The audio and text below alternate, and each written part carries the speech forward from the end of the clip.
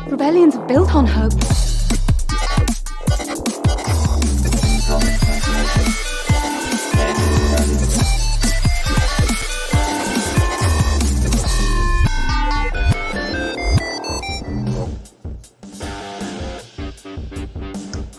And welcome to another episode of Radio Rebellion, a Star Wars podcast. I am your host, Alberto Calderon, and thank you for joining us on another great Star Wars Saturday. And what a Star Wars Saturday and Star Wars weekend it's been, actually. Disney Plus Day 2 days ago, and now D23. Man, we got a lot to talk about today, so we got to start early. And as you can see, I'm by myself today. I'm rocking it solo. Our co-host Otis is not here today. He's having fun in Universal Studios at the moment, so shout out to Oti. Hopefully he's having a good day. But man, of all the weeks to miss for Oti, he's gonna miss a good one today. There's a lot of Star Wars news, like I said. Starting with Disney Plus Day was a little bit we always don't get a lot, and we'll talk about it. But then this afternoon or this morning, depending where you are, West Coast, East Coast, or another part of the country or a different country, we got a lot of information for things we knew were coming. So nothing unexpected, no new shows or new movies announced, which is fine. But we did get a lot of information about a lot of shows. I'm going to get through those. But as always, if you're watching this today or at any point, thanks for joining us. If you're brand new to the show, make sure you subscribe so you don't miss any of our new episodes dropping every Saturday at 5 in the afternoon. Eastern time, or if you're watching or listening, I should say, to the audio podcast. Of course, we are live, not live if you're listening on Mondays, but Mondays is when this drop on the audio podcast. Thank you. Make sure to leave us a rating and review over there. Subscribe to the channel, as I said. Give us a thumbs up. And if you're watching this later in the week or whenever you get a chance, make sure to leave us a comment down below. Let us know what you think about all the big announcements from Star Wars this weekend, and from other nerd items, which we will be discussing later on. And as always, make sure that you are helping out as you can with the Aminadala Initiative for Equality Texas. A lot of good stuff they're doing over there. We got to make sure that we get informed, donate, do what we can. And also for the National Network of Abortion Funds, Other What Choice fundraisers, all of that is still going on. And there are links down in the description of this video, so you can follow those. And I think that's it, because like I said, there's a lot to talk about today, and we gotta start early. So let me see who's out there. Our friend, Emotional Evolution. Yes, put this on your calendar. There is a lot going on Star Wars-wise between now and probably summer of 2023. I'll try to put some dates on this. We didn't get exact dates for a lot of the items that were announced this weekend. So we'll play around and see if we can figure it out. But with that said, if you guys are ready, I'm ready. Let's talk Star Wars and Star Wars news. Star Wars news. Of course, it's Star Wars news. Everything that drops counts as Star Wars news, right? So let's go ahead. Let's start quick. And if it's Star Wars news, we're going to start with Disney Plus Day. I know, but it's fun. We got stuff. Disney Plus Day was this past Thursday. I believe this is the second year that they've done it. And it's always, what are we going to get with Disney Plus Day? Are we going to get some important announcements? It's going to be quiet. Sometimes people's expectations take the better of them. After last year, I kind of put my expectations a little on the back burner. Last year was the first Disney Plus Day, so we had a lot of expectations. We thought the Kenobi trailer was coming out, information for Bad Batch, or maybe Bad Batch at that point. Season 1 was still going, Mandalorian. We had a lot of expectations for Disney Plus Day last year. And we only got that 1 minute Kenobi kind of, not behind the scenes, just a little bit of information, some concept art that unfortunately leaked the day before. So when it showed, we were like, really, this is it for Star Wars Disney Plus Day, their big brand out there, the big streaming service, and nothing got announced for Star Wars. It was kind of a downer. So for this year, expectations were low. I kind of expected not to get a lot. But in my opinion, I think we got a lot between the 10-minute Andor clip, which we're going to be discussing right now, and also the Kenobi documentary. I think those are two huge Star Wars items that drop on Disney Plus Day. So at least on my end, I'm content with what we got on Disney Plus Day. I know some people wanted maybe more, but knowing that D23, which is their big showcase, first time in 3 years they've been able to do it, just like 2 days afterwards, they weren't gonna do a lot of big reveals for Disney Plus Day. Just save them for D23, which is what they did. But yeah, so let's start with Disney Plus Day. I'm gonna take a sip of my water. I'm going fast. So like I mentioned, it started with this Andor kind of special look behind the scenes. It's a 10-minute special look. It starts with Tony Gilroy and Diego Luna just talking a little bit about how they came up with this show, what it means for the show, how grounded it's going to be, just focus on real people, real struggles, anxieties, and what they're doing. So that's very important, I guess it's what we thought this show was going to be about, or what we hoped this show was going to be about, similar to Rogue One, extremely grounded, which is, I know, a buzzword out there, especially a couple of years ago. But it kind of reinforces that feeling that we got from the previous trailers and everything else going forward, all the interviews they've done. So I love that part. We also got about a 5 or 6 minute look at the extended scene that they showed the Rogue One IMAX preview a few weeks ago. But actually, before we go into that, what I really liked about the quick behind the scenes that we got before this was that they had the music playing. I'm guessing they had the music on speakers going as they were recording some of the scenes. I don't know if the whole orchestra was there recording or just playing the music as they were recording the scenes, or just the composer Nicolas Britell had some music, send it over, and then they blasted that on the speakers as they're recording. But man, that's gonna give it so much of a feel for the actors and everyone involved. Diego Luna said how great it was to have the music there. So I think that was the part that really caught my eye during that little kind of behind the scenes. For the extended clip, like I mentioned, I've heard that this is the same one that people that were able to go to that Rogue One IMAX screening saw before the movie. It's an extended version of the little like 2-minute clip we got about 2 weeks ago that have, Andor and I forget the name of the character. Stellan Skarsgård's character, he's recruiting Andor. Basically, he got Andor to do a job for him, get this black box from this Imperial vault. He has it. He kind of talks about how easy it is to infiltrate the Empire. But then it goes longer, and it's basically Stellan Luthen Rail, I think is the name of the character, trying to recruiting Andor for the cause of this rebellion that he's trying to build. Basically telling him, hey, aren't you tired of doing this? Aren't you tired of being stepped on? Let's fight them the right way, not what you're doing, just stealing for scraps or whatever. So it was great to get that extended scene. They get ambushed by some local security forces, and then all hell breaks loose, and there's a cool action sequence. So again, we've seen parts of this, so it was good to see a little bit of an extended scene on that end. And then the 10-minute special look ends with another trailer, which I don't know, was pretty similar to other trailers we've gotten before, a couple of new scenes, but nothing major. Then today on D23, they released a brand new trailer, their final trailer. I would say maybe half is stuff that we've seen before, the other half are new things. But our similar scenes that we've seen before kind of extended them a little bit longer. So they didn't reveal too much, which is great.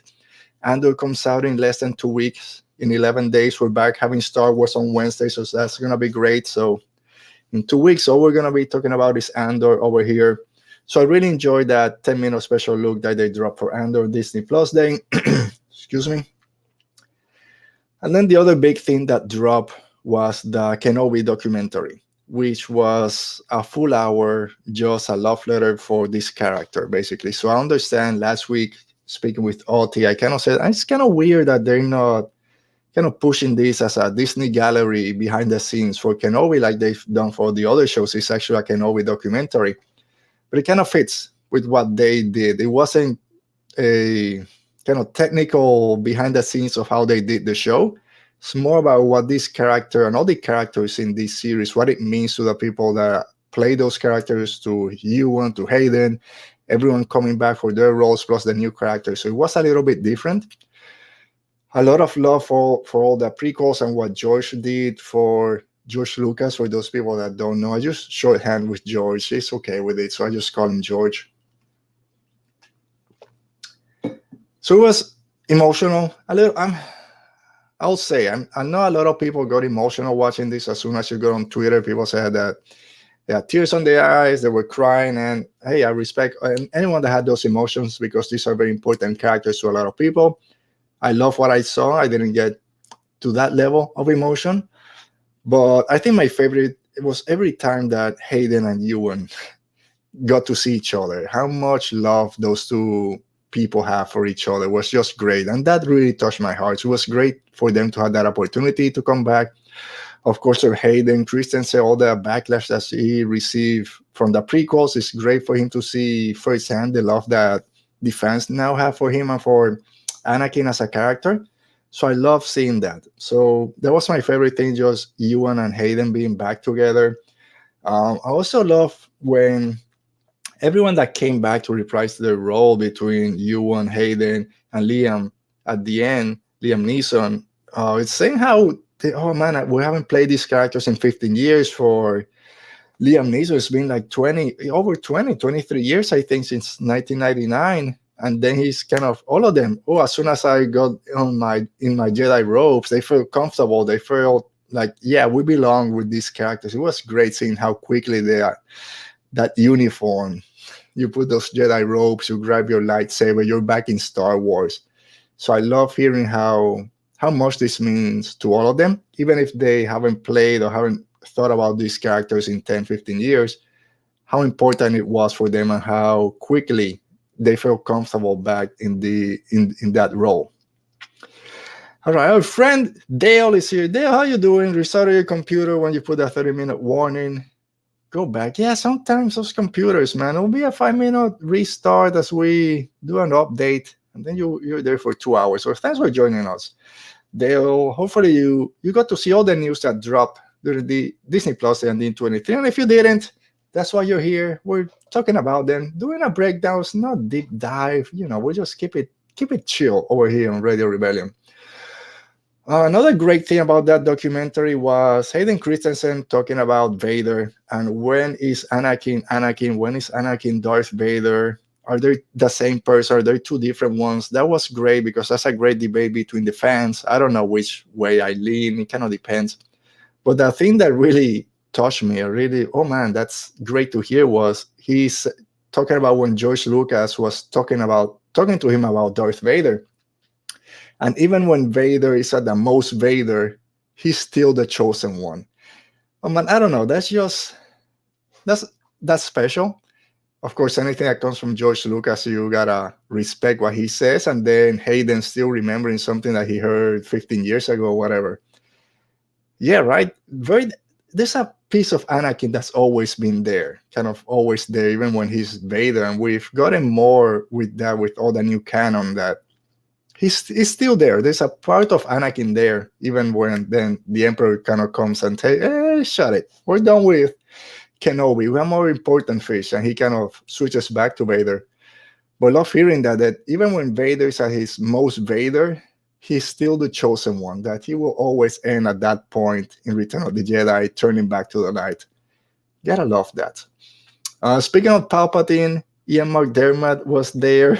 It's funny to me because he was there for a 45-second scene, but he has to be in full Darth Sidious makeup, which looked great. And you have Deborah Chow on Zoom kind of directing everything. But yeah, he's just there on a blue screen, all dolled up as Sidious Palpatine. Just, okay, I'm done. 45 seconds, half a day, but it takes 2 hours to put all the makeup. But gotta love it. And that scene was great. And the volume is still cool. I know the hip thing to say now is how the volume is done. We're past our kind of rose-colored eyes session, or kind of infatuation with the volume, because of course Andor did all that outdoor shooting on location, and now the cool thing is to blast the volume and how it kind of devalues Star Wars, and we already got used to it. Our eyes are used to it. Dude, the volume is just so cool. Every time people walk in there and they just change the scenery, dude, it's cool. It's still awesome. I still love the volume. Yeah, we're kind of the problem with Book of Boba Fett and Kenobi. I think it kind of made the shows look a little bit smaller because a lot of the scenes, anyway, were on a small stage, or they didn't have to go walking a lot like they do in Mandalorian. There's all this outdoor kind of spaces, kind of extend the scenery. A lot of those other two shows were closer. I don't know how to explain it, but I understand how that time on those couple of scenes the volume might seem like limiting, but then you see it there in use and it's just great. Give me more volume, and I think we'll get more. And that was it for Disney Plus Day, the Kenobi documentary and the Andor special look. Again, I think this is enough for Disney Plus Day. Now that we've gotten two of these, we have to kind of start reminding ourselves this Disney Plus Days just to kind of push what they have, right? We're not going to get all these big announcements of, oh, in 2 years or in a year from now, you're getting, here's the trailer for whatever, Acolyte or Mandalorian Season 5 or whatever.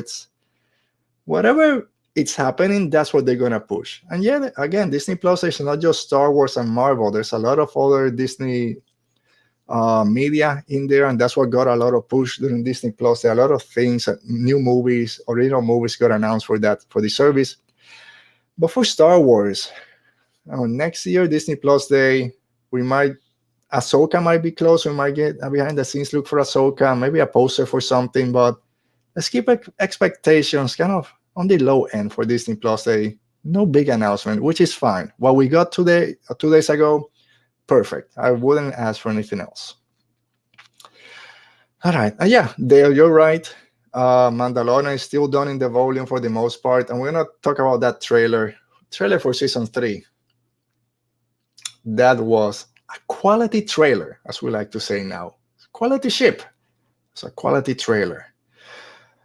All right. So that was it for Disney Plus Day. Then let's just jump to some of the things that actually this wasn't announced during D23. One thing, dude, Star Wars, you gotta make a better job keeping those leaks contained. Between Disney Plus Day and D23, it's like 2 days. So much stuff leaked that they had to kind of announce officially. And let's start with The Acolyte. We got new casting news for The Acolyte. We have joining Amanda Steinberg is Jodie Turner-Smith from Queen and Slim, and Lee Jung-jae from Squid Game. And I'm sorry to both of them if I kind of butchered their name. Let me put this again. I'm not familiar with Jodie Turner-Smith's work. I haven't watched Queen and Slim or some of the other works that she's done, but I've heard great things about her. Same for Amanda Steinberg. I haven't heard enough about their work. I haven't seen enough about their work, but I've heard great things. And of course, I love Squid Game. I love what Lee Jung-jae did on it. So yes, I'm very excited for The Acolyte. I've said it before, The Acolyte with Andor has been my most expected series, where I've been really hoping for this thriller in Star Wars set at the end of the High Republic era. We don't know a lot about it apart from those few things, but now the casting is coming to light. Again, hasn't been officially announced in terms of D23. They haven't announced any of that. But yeah, let's go. The Acolyte, I think they're going to start filming soon this fall. I think around November or something, they might start filming. They already have 3 quality cast members. So I love this. I love both choices. I'm going to stick a little bit with Lee Jung-jae because, like I said, I'm a little bit more familiar with his work, at least watching Squid Game. And with that picture, man, I think he can play a great villain. If this has anything to do with Acolytes of the Beyond, he can be a great kind of Sith wannabe, or I don't know. I don't know if he's going to be on the hero or villain side. I kind of see him more as a villain for this role, hopefully, because in Squid Game, you feel so sorry for him and you're rooting for him. I want him now to go to the other side. So we'll see. And Jodie Turner-Smith, again, looks great. I have no idea who they might be playing, but come on, the Acolyte is this show. There's so much mystery behind it because it's this era that we don't know enough about. Getting some glimpses with the High Republic, but this is might be closer to Phantom Menace than to the High Republic. But we're still gonna have High Republic Jedi going around, just kind of leaning back as the threat is gone. So if these three characters, Amanda, Jodie, and Legion J, are all on the villain side, kind of those acolytes or whatever, I'm all on board. Give me a show just focus on the dark side of it. How can you go wrong? After reading Shadows of the Sith, you know my thoughts on it. So yeah, very exciting. We're starting to get some casting announcement for the Acolyte, so hopefully we start getting more information soon. And speaking about things, again, this would have been a great reveal for D23. Bring the actor in. People will go nuts when they did the Ahsoka panel. But unfortunately, it got leaked prior, and then it got confirmed, I think, by Variety. And it was, they found him. They found Ezra. There he is. Daemon S3 from King Richard's and from other places, but King Richard's might be the most recognizable, has been cast as our friendly Jedi, Ezra Bridger, in the Ahsoka series. We last saw Ezra at the end of Rebel Season 4. We know that Sabine and Ahsoka are on their way to find him. That's how the season ended in that kind of post clip. Where's Ezra? We've been asking for what, 4 years, 5 years? Where's Ezra?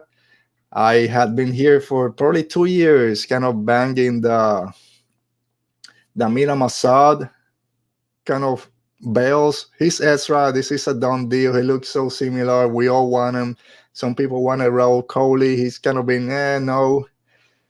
So surprised that it wasn't any of those. But Emanis Fandi, from what I heard, I'm sorry for me for not watching all these movies and TV shows. I've never seen him on anything. Looks extremely like Ezra Wood at this point. People are over the moon with him as an actor. He fits the part, so extremely excited for it. And again, we got confirmation now that Ezra is going to be on the show. Thrawn can be too far behind. We didn't get any announcements today about Thrawn.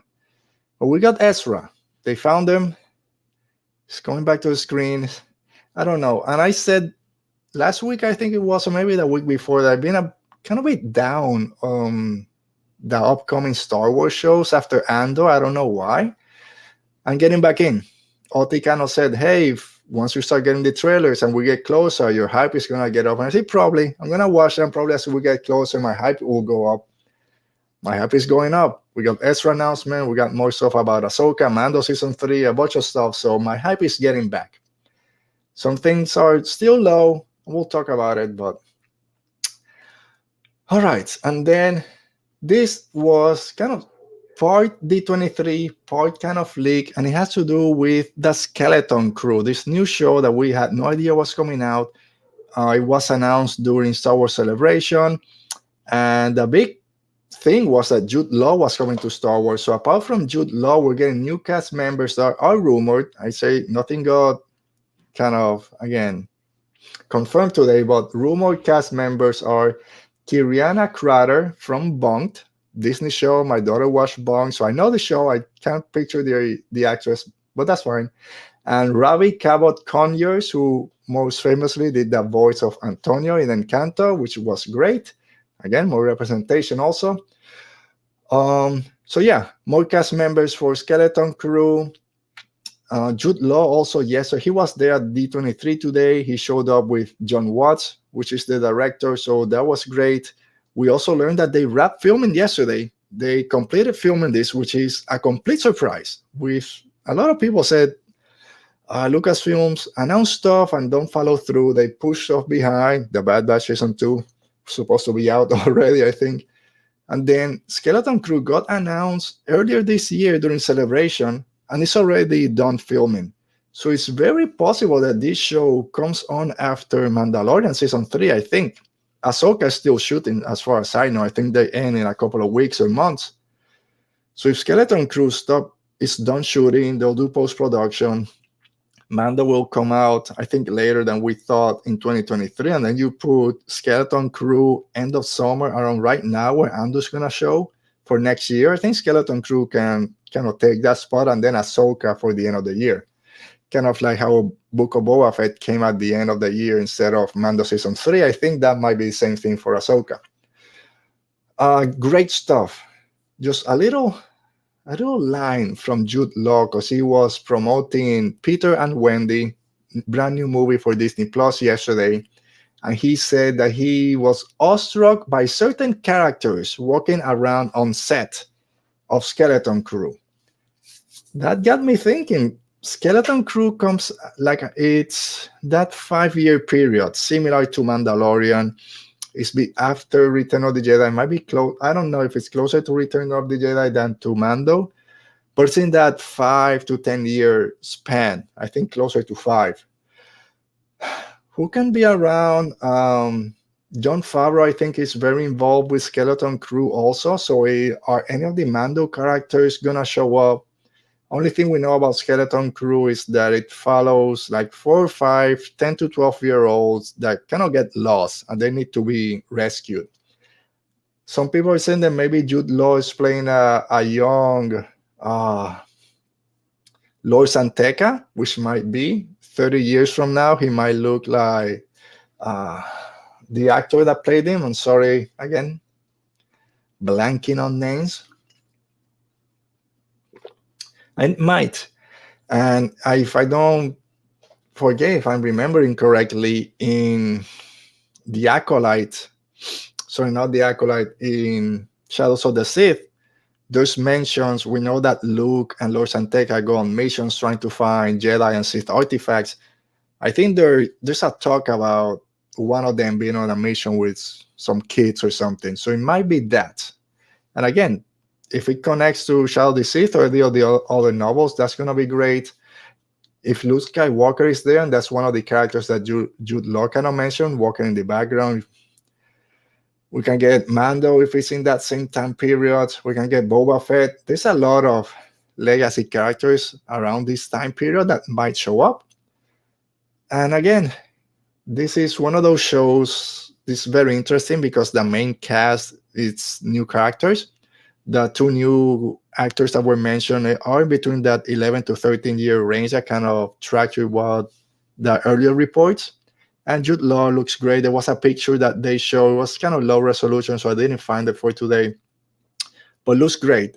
As a Star Wars character, he looks great. There were 4 kids behind him. One of them looked kind of like an alien, which is what I want. At least one of the kids. No, don't be human.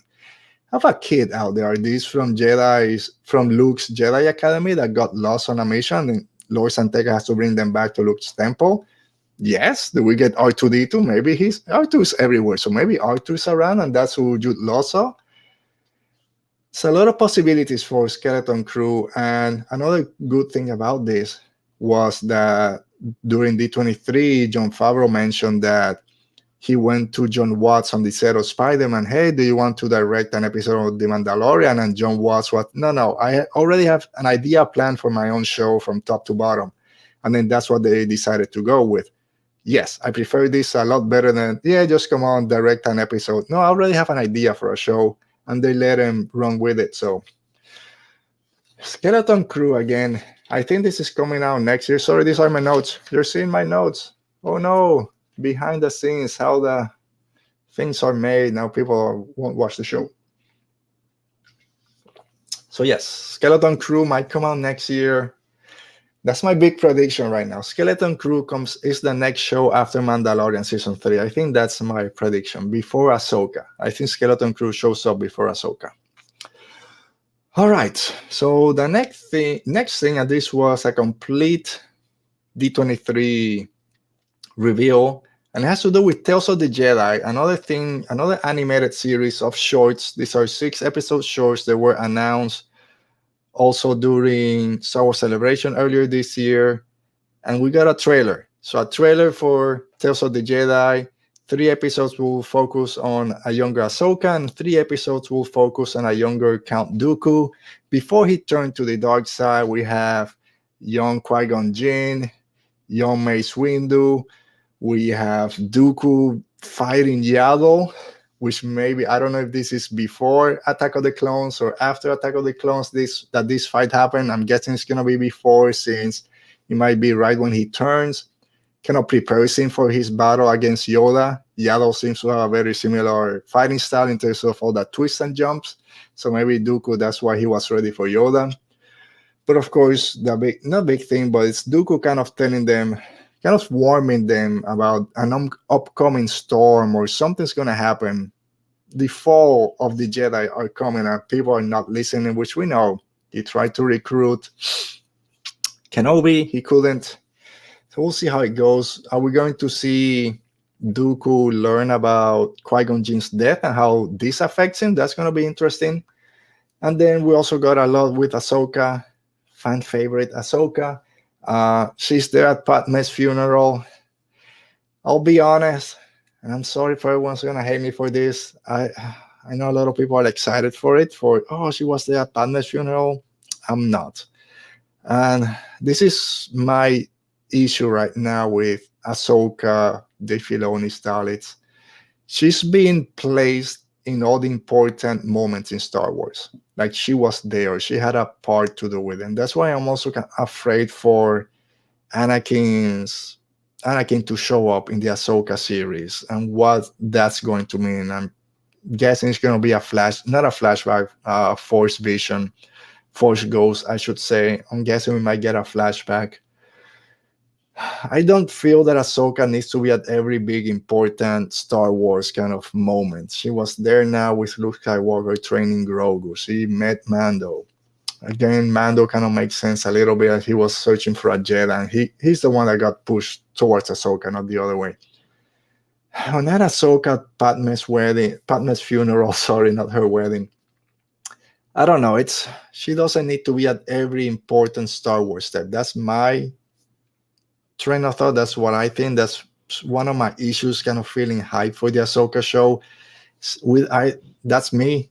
Most people out there on the Twitter sphere are over the moon with this trailer, and everything has to do with Ahsoka, and God bless them, love it. And that's one of the great things about D23 and just Star Wars in general, that we mentioned here, that Star Wars is for everyone, and you don't have to watch it. Or if you watch it and you didn't like it, it's fine. It's not for you. Go on to the next thing. It's what we always say. If you didn't enjoy that, okay, let's go on to the next thing.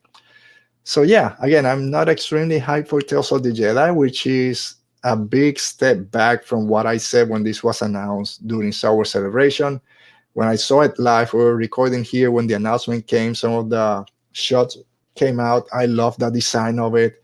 Now it's Clone Wars Season 7 style, which is a great design, but I don't know. I'm a little bit on a downward trend right now with Tales of the Jedi.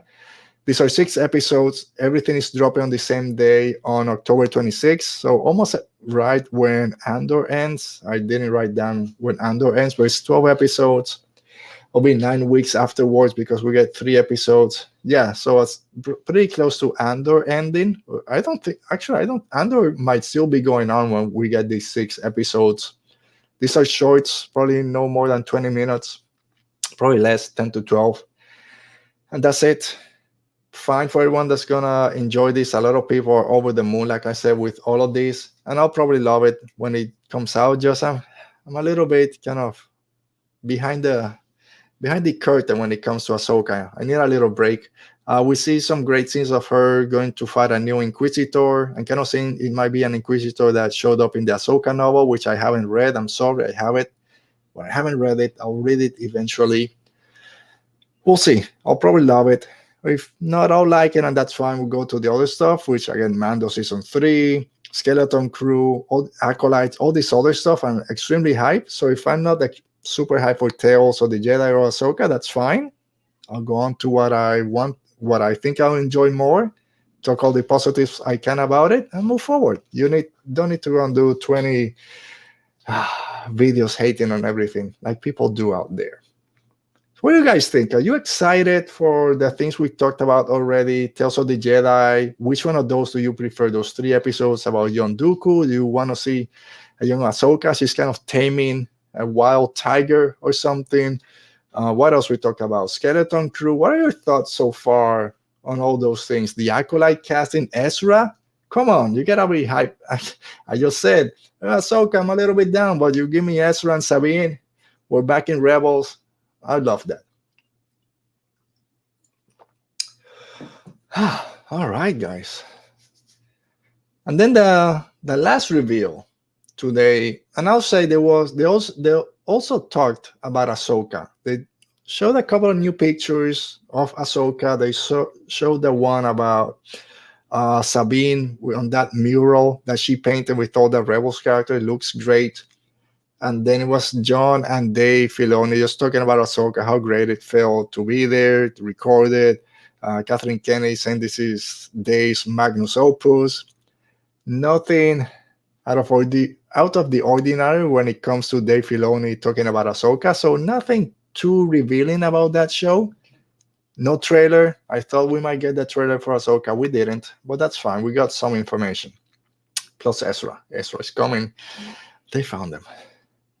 And then the big one was Mandalorian Season 3 coming out 2023. And this was what hit me. Really? This is the next show after Andor, supposedly live action. I thought it was coming at the end of this year. Then it was going to be early 2023. And now it's just 2023. We don't know when. But we got it, guys. We got the trailer. Trailer for Mandalorian Season 3 was great. Bo-Katan, look at that bunch of Mandalorians. We got the armor, Griff Karga. Is that a Com RK gauntlet that we talked about last week? Mandalorians jumping out of a ship. I'm hyped now. Love this trailer 100%. It wasn't the potato trailer that we got from Celebration. So extremely hyped for Mando Season 3. Even I said last week also, Mando Season 3, I'm kind of on it. I'm back on board. Love everything about it. Dale, you mentioned how Mando is still using the volume. You see that show, you see that trailer, that looks 100% location shooting or whatever. They kind of mastered the volume for this show. I think for Mandalorian, for all 3 seasons, the volume has looked great. And they just keep pushing it. So this trailer looks great. We learned that Filoni directed the first episode. No surprise, but great to know that he's going to lead the charge. And then Rick Famuyiwa, who's also now a producer on the show, directed the second one. So is this show going to overlap with the Bad Batch Season 2, which we'll mention in a minute? But that was January 4th, 2023, they said. Pushback, supposed to come in September. Now it got pushed to January. 16 episodes. And I'm jumping ahead. We'll talk about Bad Batch in a minute. Which unfortunately I didn't get it. Because we didn't get a trailer for Bad Batch. We got a trailer during Celebration. Nothing new now. But Mandalorian Season 3 looks great. Bo-Katan looks great. She's talking about Mando being in a cult. Some people say, well, Bo-Katan, you used to be in a cult. What's going on? We have the return of the armorer. Since season 2, since season 2, I thought that Bo-Katan and the armorer were going to go head to head at some point. Maybe we'll get it here. We have Mando apparently going back to Sindari, I believe it's called, the capital over there. It's burned up. You see that dome all shattered. People are chasing him. We have Griff Karga. Every year he gets a bigger coat on. Life is good for Griff Karga, I should say. He looks great. He's been doing good. Dr. Pershing is back, so maybe we get more with cloning. Is it going to tie in with Bad Batch Season 2? And maybe that's why Bad Batch was pushed back, so it's a little bit closer to Mandalorian, and then made that connection with Mount Tantis and whatever and all the cloning. But yes, that trailer, for all of us that weren't at Star Wars Celebration, we were able to watch the trailer today. We'll watch it like 20 more times. Looked awesome. Bo-Katan won't be the villain, probably an antagonist for parts of it. Maybe they'll get back together. Giancarlo Esposito is back, so we know his character is going to create chaos. He talked about it for a while. So yeah, there's a lot happening in Mando Season 3. No idea how many episodes. I think all the other were 8 or 9. I can't remember. I think there were 8, so probably the same. But yeah, Mando Season 3 looks awesome. So can't wait for it. The little bump that they just said 2023, I don't know, because we have Andor now, which ends late October, I think, or maybe the first week of November is when Andor ends. Then we get a break. We have Tales of the Jedi in between or right at the end. Bad Batch, which is our next. Should I at least make a little banner for the Bad Batch? You guys excited for Mandalorian Season 3? Of course, who isn't? Who isn't excited for Mandalorian? So Bad Batch Season 2, let's end up. This is our last news about our last topic for Disney Plus Days, the Bad Batch Season 2. I said before I was kind of up and down with the Bad Batch with the first season. I didn't connect with any of the characters, so I didn't have that emotional connection when it ended and kind of pushing for it to come back. But yeah, it makes sense for it to come back. I don't know how many seasons it will be. But Bad Batch Season 2 was previously announced to come in fall of 2022. I think September something, end of September was announced at some point. But when Andor got pushed back a whole month, then a lot of people were like, wait, is this going to overlap with Bad Batch? We haven't heard any news. And then here's the news. Bad Batch Season 2 is coming out January 4th, 2023. 2-episode premiere, 16 episodes total. There's a trailer already from Celebration, but we didn't get a new one. No news apart from 16 episodes and the release date. I did my simple math, and with this starting January 4th with 2 episodes and then 14 episodes left, it ends May 15th. Is there a chance that we have Mando Season 3 and the Bad Batch Season 2 overlap?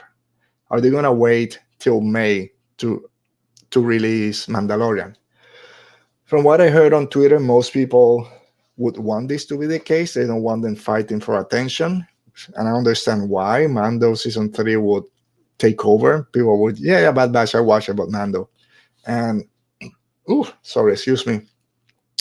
So far, Star Wars haven't overlapped their big shows. I know Vision kind of came out, and now Tales of the Jedi might overlap a little bit with Andor. But these are short, all released the same day, so it really doesn't compete that much. But I don't think that Mando and the Bad Batch will overlap. I think they'll be separate. And if this ends on May 15th, I don't see Mando coming out till end of June, at least. They usually give at least a month between shows. So yeah, I don't think Mandalorian Season 3 comes out till, I'm putting it at June. And then if it's 8 episodes and sometime in August, early August or something, or late August, depending when it starts in June. And then you get Skeleton Crew, October, something around that time. That's my time frame. Then Ahsoka either at the end of 2023, beginning of 2024. Man, it feels so far away. But I think that's it. I'm putting my stamp down. We have Andor now, Tales of the Jedi at the end of October. Then nothing Star Wars. Can we get Skeleton Crew before the end of the year? They finished filming. We're at, again, post-production takes time. I don't want them rushing it. So no, I don't think we get Skeleton Crew at the end of the year. So yeah, it'll be Bad Batch in January 4th. Then Mando Season 3, I'm saying it comes out June. And then we'll get Skeleton Crew around September, October. And then Ahsoka late December, early January 2024. Oh my goodness. I think that's it. Might be wrong. And again, we don't know how many episodes Skeleton Crew is going to be. Maybe it's a one-off and it's 4 or 5 episodes and then early, and then you get Ahsoka a little bit sooner. But I don't know. I'm not betting on it. All right, guys. So that kind of brings an end to our Star Wars talk. Just let me know what you think about all the news that we got today and this week. Disney Plus Day, is it enough? Just those 2 things? Should they do more for Disney Plus Day? And then D23, a lot got announced. No movie news, movie announcement, which I'm okay with. We know we're not getting any movies for a while, probably till 2024 when we get the Taika Waititi movie, most probably, and then Rogue Squadron at some point after that. Maybe the Ryan Johnson trilogy after. Whew. All right, so that kind of does it for our Star Wars talk. Now we go to our new segment, which we like to call A World Between Fandoms.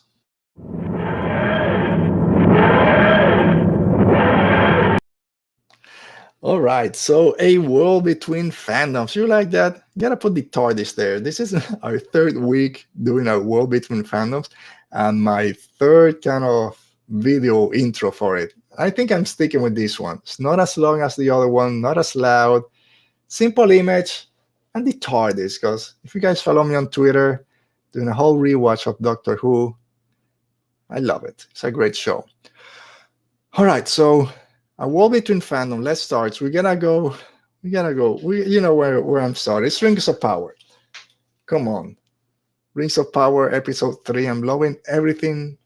Lord of the Rings. I'm loving everything that we're getting. The first two episodes were great.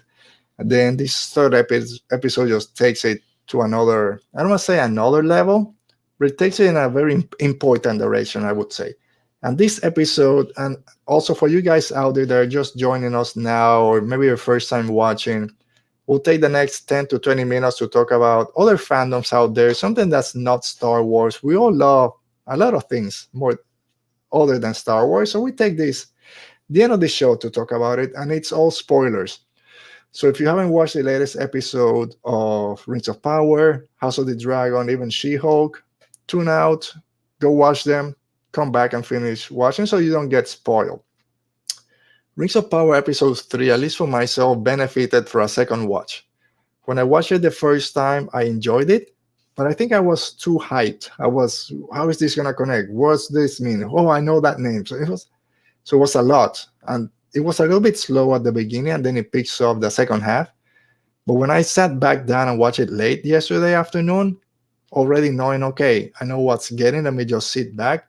It flowed a little bit better. The pace was better. All the reveals were great. So yes, if you think it was a little bit slower, you didn't connect with it as much as the first two, just give it another watch because it worked for me, and now I really enjoyed this episode.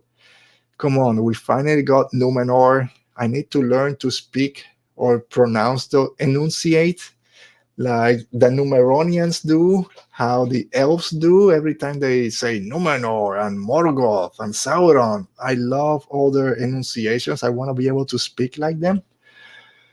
But I love being able to see Numenor, that great city. Again, this episode was a history class, is what I like to say, and the good type of history. So if you have any vague kind of knowledge of the background of Lord of the Rings, a little bit more than just watching the movies, then this episode just kind of is an explosion for the senses, basically. And I don't consider myself a lore master or anything close to it for Lord of the Rings, but I did kind of read the appendices before Rings of Power came out. And every time there's a new episode, I kind of go on I forget the name, it's the Wikipedia for them, the One Ring Net, I think. I kind of make those connections, so I kind of keep up with what's going on, because I hear names, Elendil and the Silmarils and all these little connections that they're making. It kind of enhances the season and the episodes. And Numenor was great. Everything with Elendil, which I love Elendil. I thought I was going to prefer Isildur because we know where it ends. Again, that's the great thing about this episode. We start getting introduced to those characters. Then if you only watch the Lord of the Rings movie, it still connects, because Fellowship of the Ring starts with the battle against Sauron. We know that, sorry, Elendil's not going to make it. Sauron's going to kill him. But then Isildur takes his sword to cut the rings off. And then we get introduced to those characters today. And I'm like, I know how this is going to end. It's so sad, but it's so great. I love the character of Elendil, his relationship with Galadriel, taking her to the Room of Lore, or I think it was called the Room of Lore, or the House of Lore, was great. And seeing that library, they made that connection to the map, was one of the big theories out there that Sauron's mark was actually a map to Mordor, and it's there. It's the Darklands, Southlands, East Mordor. It was great. It was great seeing that. Um, and also, it's funny when they're talking about they found a map. It's to the Southland. That's where Mordor is. Oh, what about the inscription? Oh, he's talking about enacting a plan in case of Morgoth defeat, and connecting it now to Star Wars and Operation Cinder, that Sidious has had this whole plan. If I die, this is what you guys are going to do to then just create chaos. And this is the same thing. Morgoth, if I die, you're going to go to the Southlands, you're going to create chaos over there with Sauron. And then that brings us to Arondir. You know, I love my Puerto Rican elf. I love everything with Arondir so far. And seeing at the end of episode 2, he was taken hostage, or taken prisoner, I should say, by the orcs. And here we see that the orcs took all the elves from the Watchtower, the Watch Warden, everyone's there. I love the love that Arondir and the elves have for nature, for that tree that was there before even the orcs were born, but they have to cut it. It's the only way for them to be able to see over the reach and see the forest in the background, which is what the Watch Warden kind of told them. Hey, the first one of you guys that gets a chance to look over and locate the tree line, go for it. And for Arondir, this meant chopping down the tree. Of course, after his friend gets killed, doesn't see an option. So he goes there, kind of looks and see it, and then puts his hand on the tree and says something in Kenya, in Elvish, which then I found is just saying either I'm sorry or forgive me. Again, oh, so much. It's great. That's the elves. But then also I love how they fight with the chains, doing these kicks, throwing it back to the orcs. We get the warg, which was creepy. That warg had human eyes, which I didn't enjoy. It was a great fight scene at the end. And unfortunately, the Watch Warden doesn't make it. He was able to escape, but he gets the Boromir treatment with a couple of arrows to the chest. But then the episode ends, bringing to Adar. Who the hell is Adar? They think it's Mordor. I mean Sauron, because Sauron uses a lot of names. He's a shapeshifter. We don't know who Adar is. He's coming out. He's out of focus, long black hair. Is he one of the... I don't know. I don't know who Adar is. Adar, forget how they pronounced it. Is he one of the 9, the humans that then kind of help Sauron with the rings or get corrupted by the rings? A lot of people are saying he might be a fallen elf that now is helping Sauron. He kind of have that elf look. Very excited to see who Adar is. It's not Sauron, it's too easy. But maybe he is. I don't care. I just want to know who he is. Speaking of people, who's the stranger helping out the Proudfoots? And I mean, yeah, the Proudfoot, is it Nori Proudfoot? I think it is. And the proud fellow, poor Poppy, we learned that her family fell behind. Who's the stranger? A lot of people are saying that he might be Gandalf or maybe Saruman. Even though I want him to be a blue wizard, kind of Gandalf makes sense because I can't believe I forgot they're not hobbits. I always get a blank mind when I'm recording the Harfoots. So maybe the Harfoots are the antecedents of the hobbits. So the hobbits most of them came from the Harfoots, and if you follow the whole lineage, I think Sam is one. So anyway, do the Proudfoot kind of stay behind? They get lost and they have to settle. Nori's one that she wants to explore. She just doesn't want to be in this traveling band. Maybe they find the Shire and Hobbiton and kind of stay there, and the reason I think might be it kind of tracked for the stranger to be Gandalf. It's maybe this is where his love for the hobbits kind of came, because the Harfoots kind of took him in when he fell, and Nori's gonna help him find the constellation. So maybe it kind of tries for it to be Gandalf. Still hoping for Blue Wizards, but again, doing a little bit of research might not work. I think the Blue Wizards are not there till another 1,000 years or something. Great episode. It kind of starts pushing the story in a different direction, or it kind of focuses a little bit more. We didn't get anything with um, Durin and with, oh my goodness, I'm forgetting all names. The other elf, Elrond. We didn't get nothing with Elrond, Durin, Disa that we got in episode 2. That was great, but this is coming in episode 4. But I really enjoyed everything that we got in season 3. I mean, in episode 3. I'm really hyped for episode 4 to come out in a week or so. So yeah, Rings of Power is still kind of pushing it. Love everything that we're getting. All right, the next show, House of the Dragon episode 3. Again, another great third episode. Rhaenyra, I said it last week, she's grown into her own, and then this episode, she's now they're neck and neck as one of my favorite characters on the show next to Daemon. But Rhaenyra, again, just taking all her frustration out on this boar that was going to kill her. Is she going to be replaced as queen? Viserys had a son, he's 2 at the moment.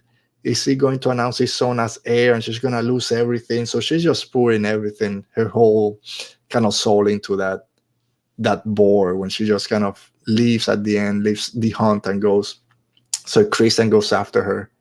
And then, of course, she's the one that sees the white deer that's supposed to be kind of the sign of who's going to be the next heir or the next king or queen, the next ruler, I should say. And she's the one that sees it. It's not Viserys, he saw the brown one. So I love everything that we're getting with Rhaenyra. She's growing as a character. I love it. Her issues still with her dad. Again, and the politicking. The politicking is a great thing about Game of Thrones that separates it from Rings of Power. Again, you don't need to compare shows. They're very different. But the politicking of this episode, the pieces are falling into place. In terms, Viserys has his heir, can have his male heir, even though he told Rhaenyra, no, I chose you for a reason. You're going to be the heir.